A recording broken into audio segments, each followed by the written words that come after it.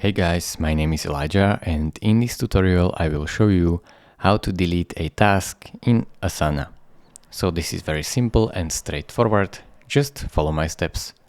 First step is to go down here to your project section and open the project where you want to delete your tasks. So I will click on my project and now select the task that you want to delete or select multiple tasks if you want to delete multiple tasks. I will show you how, like this.